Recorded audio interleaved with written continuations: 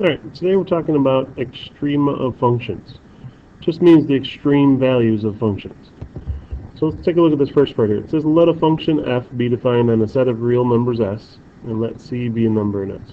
So we've got a function, it's just real numbers, no imaginary numbers or anything like that, and c is some constant, some number in that set of real numbers. F of c is a maximum of f on that set of numbers if f of x is less than or equal to f of c for every x in s. So let's look at what this is saying. For every x value in this set of numbers, f of x is going to be less than or equal to f of c. So that means f of c is going to be our maximum.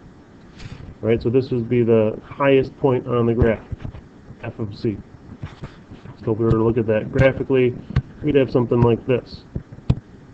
Right, this is where c would be, and this y value right here would be f of c. That would be the highest point on this parabola. Right, it's larger than every other y value on the graph. Number 2 is just saying kind of the opposite.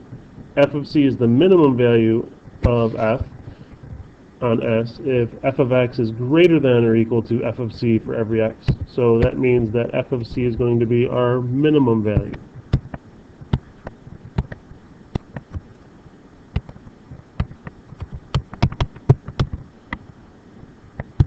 If that point is, that y value is less than or equal to all other points on the graph, then that's going to be our minimum.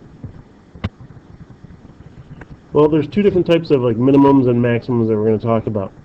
Local minimums and maximums, or they're also called relative. Right, so relative or local, maxes and mins. These are maximums and minimums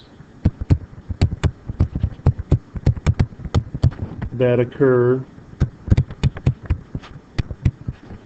in a small, localized part of the graph.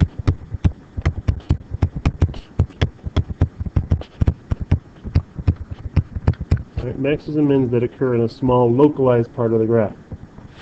And for these, very important to remember, they cannot be endpoints.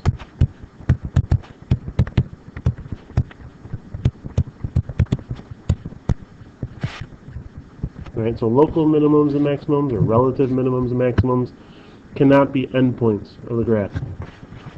But they're just part of the graph. So if we were to zoom in on just a portion of the graph, not think about the whole graph, that's looking at the localized area. We'll take a look at some examples of that in just a minute. And then the other type is the absolute or global max or min. This is going to be the absolute highest or absolute lowest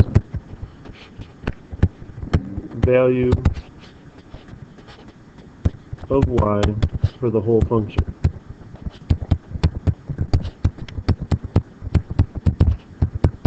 Kind of how it was described up above, right? And for absolute maxes and mins, these can be an endpoint.